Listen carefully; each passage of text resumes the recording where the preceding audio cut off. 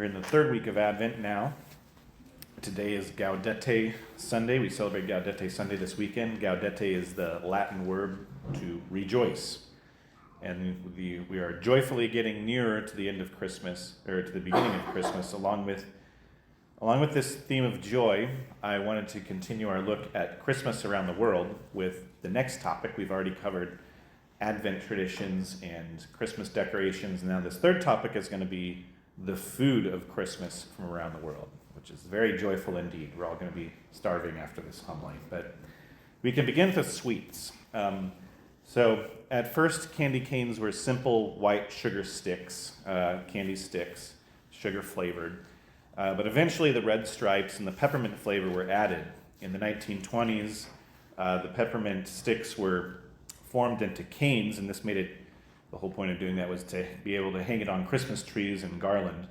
And in Germany, the legend goes that candy canes were invented to give to children to keep them quiet during the longer Christmas Eve church services. So now, while the hook shape of the candy cane is originally was purely functional to be used as a decoration, people have added symbolic meaning to the candy cane over the years.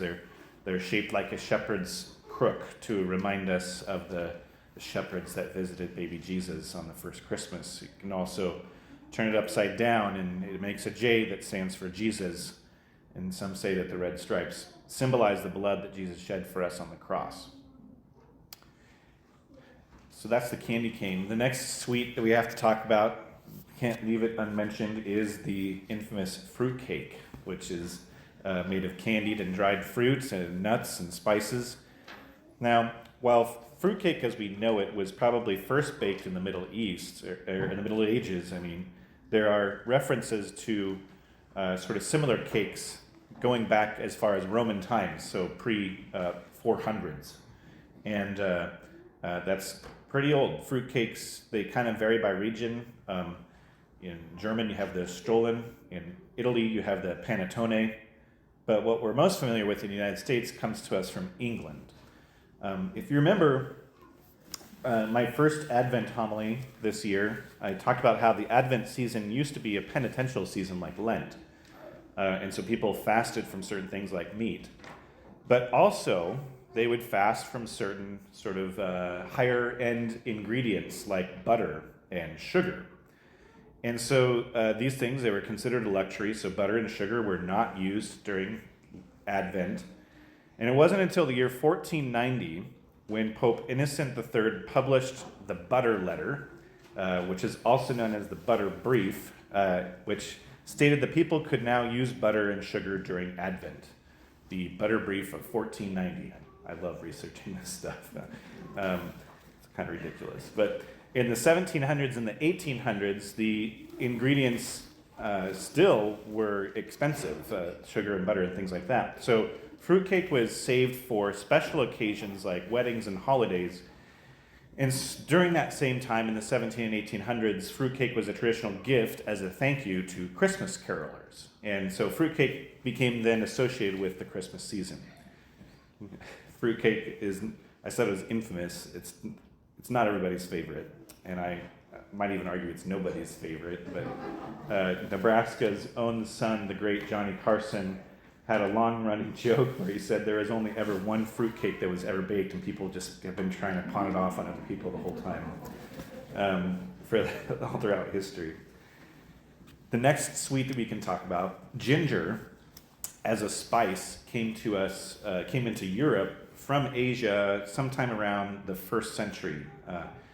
Now, before that, it was used for hundreds of years as in countries like China, things like that, to treat stomach aches. The first time ginger was used in gingerbread was, at least recorded history, was in the year 992 by a man named Gregory of Nicopolis. Now, Gregory was an Armenian monk who went to live in northern France, and it's recorded that he taught people how to make gingerbread, which is nothing like gingerbread today. So originally, gingerbread was made with ginger and nutmeg and cloves, and then it was sort of binded together with honey and thickened with breadcrumbs. That's where we get the name gingerbread from. It comes from making it out of ginger and bread. And it was more like a gooey cake than it is what we know it today. For the next few hundred years, gingerbread was mainly used as sort of something to quell an upset stomach. It wasn't until sugar from the Americas became readily available that gingerbread took on the hard cookie consistency that it has now. Now, I talked about this last week when I went over the history of Christmas decorations, that in Germany, the first Christmas trees, or the Christbaums as they were known, they were decorated with all kinds of edible things. They were decorated with apples, with communion bread, but also gingerbread. And this is why we associate gingerbread with Christmas. These original Christmas tree ornaments made out of gingerbread were often pressed into shapes of animals and figures regarding the birth of Christ. And that led us to the creation of, first of all, gingerbread men, but it's also the origin of why we cut out cookies, sugar cookies for Christmas. In England, during the late 1800s, you would often exchange gingerbread, quote-unquote, husbands and wives for Valentine's Day. And this is around the same time that we see the fairy tale of the gingerbread man escaping from the oven, running away as fast as he can until at last he's caught and eaten by the fox. Gingerbread houses were also first made in Germany in the 1800s. And there is, of course, the fairy tale Hansel and Gretel, which was published in 1812 in Grimm's Fairy Tales. And it tells the story of a brother and sister who are lost in a forest, and they end up in the house of the witch, which this house is made of cake and candy. But it's not clear if the fairy tale was the inspiration for making the gingerbread house, or if the tradition of making gingerbread houses was the inspiration for the fairy tale.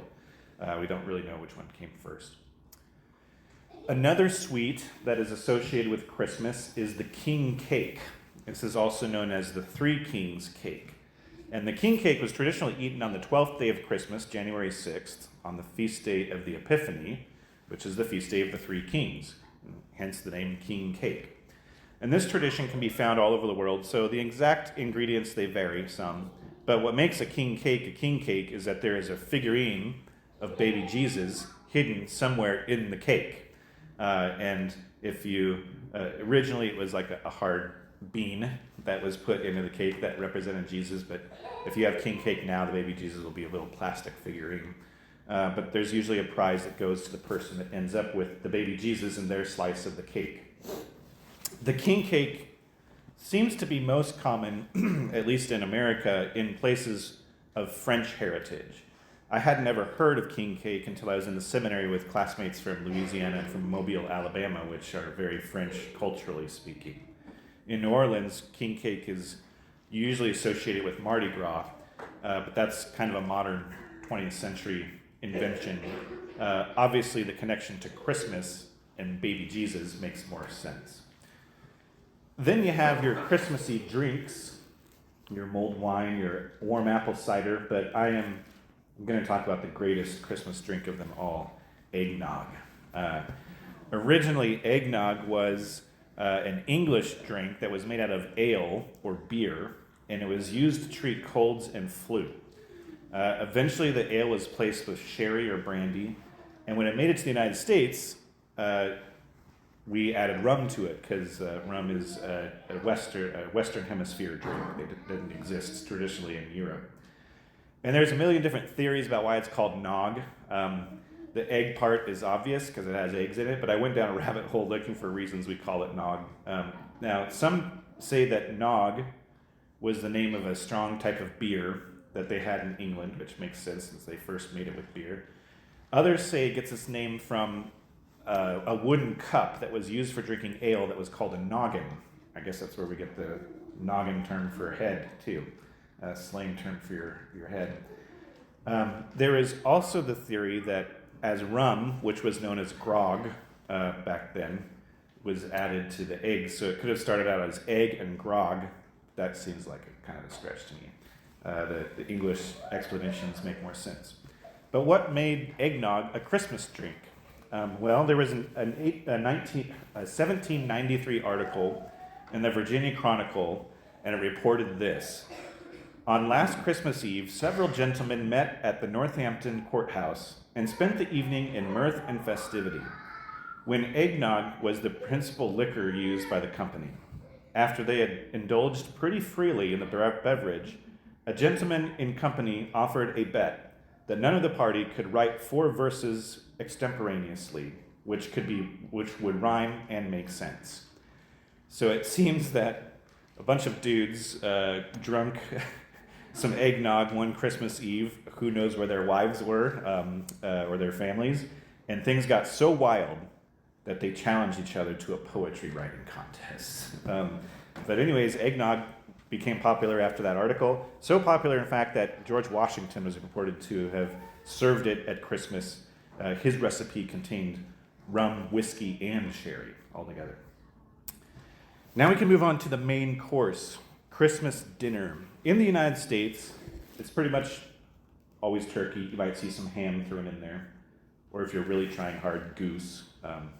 Goose is not very good. So in England, they had a traditional pot roast. But turkey is the main attraction, at least since the early 1800s. If you read the 1843 novel A Christmas Carol by Charles Dickens, you'll know that the Cratchit family were so poor that they had to eat a Christmas goose.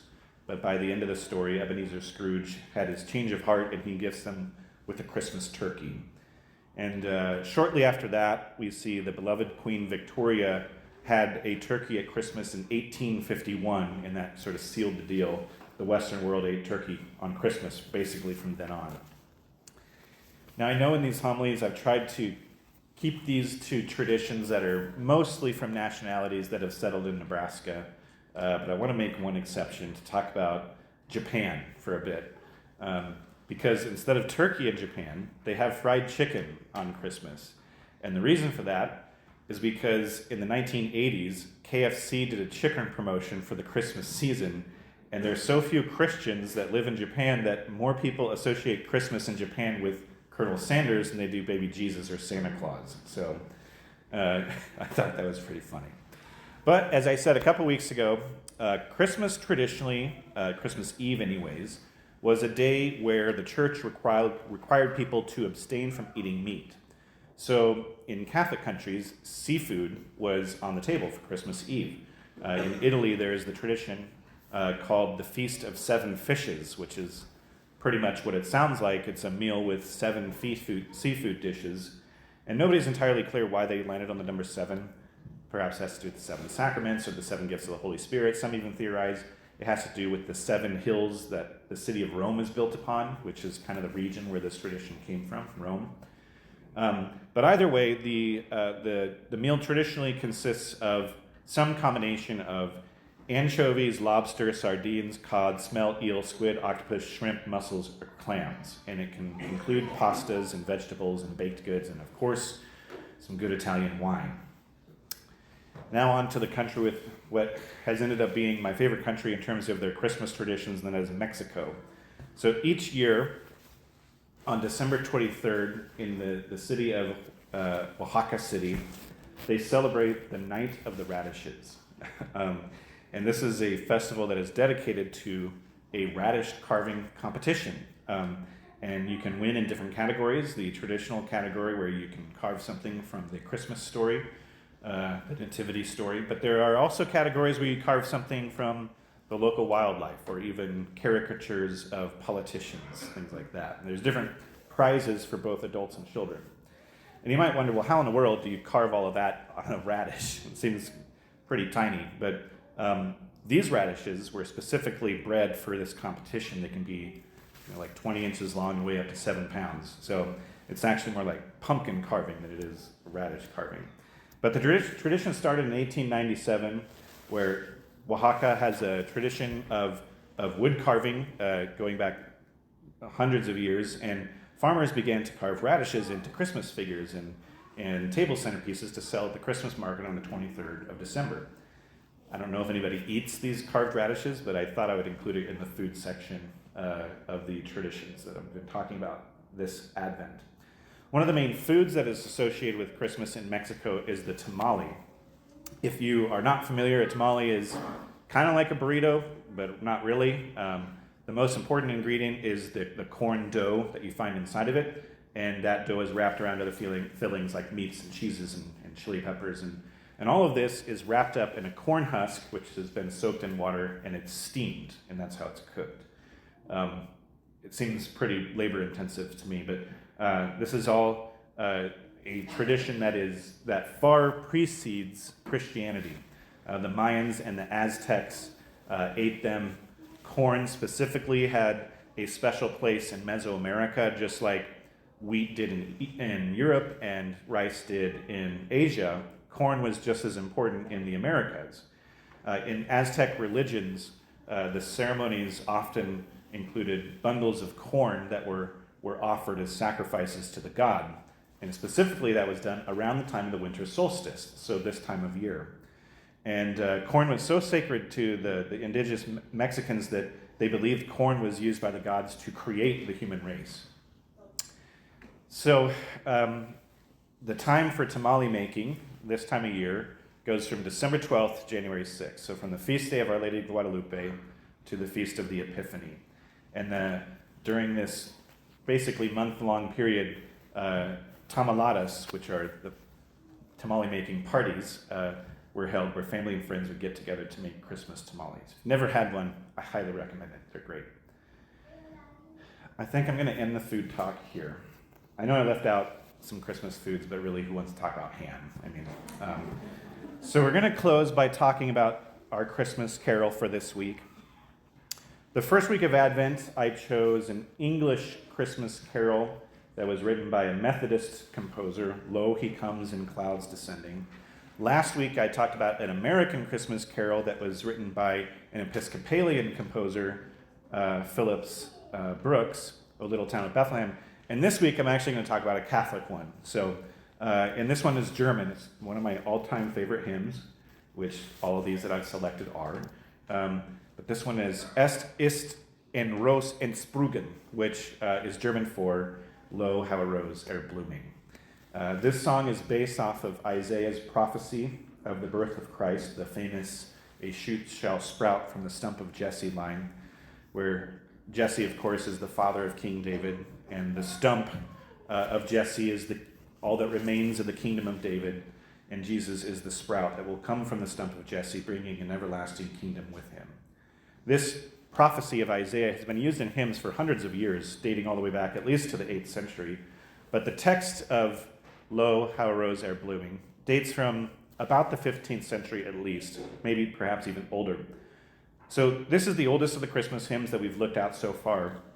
We don't know who wrote it, but since the earliest copy that we have of it comes from a German monastery, it was most likely a monk who, monks in the monasteries, they would traditionally have never claimed ownership over things like literature or music. It would simply be signed by a monk or by a friar. So this song, Lo, how a rose blooming, is equally about Mary as it is about Jesus. They can both be understood to be the rose that is being talked about in this hymn. Mary is the rose blooming, giving birth to another rose, the new lineage of Jesse. So we're going to listen to this song, but first I'm going to read the lyrics to let them soak in. You can find it. It's number 97 in your missalette. Traditionally, I had only 2 verses. I believe there's 3 in your missalette. But the words are, Lo, how a rose blooming, from tender stem hath sprung, of Jesse's lineage coming, as men of old have sung. It came a floweret bright, amid the cold of winter, when half spent was the night. Isaiah 'twas foretold it, the rose I have in mind. With Mary we behold it, the Virgin Mother kind. To show God's love aright, she bore to men a Savior, when half spent was the night. And I love the tone of this hymn. It is a cozy hymn to me, like sitting by a fireplace while you watch the snow and the wind outside the window. It perfectly matches the closing line, amid the cold of winter, when half spent was the night.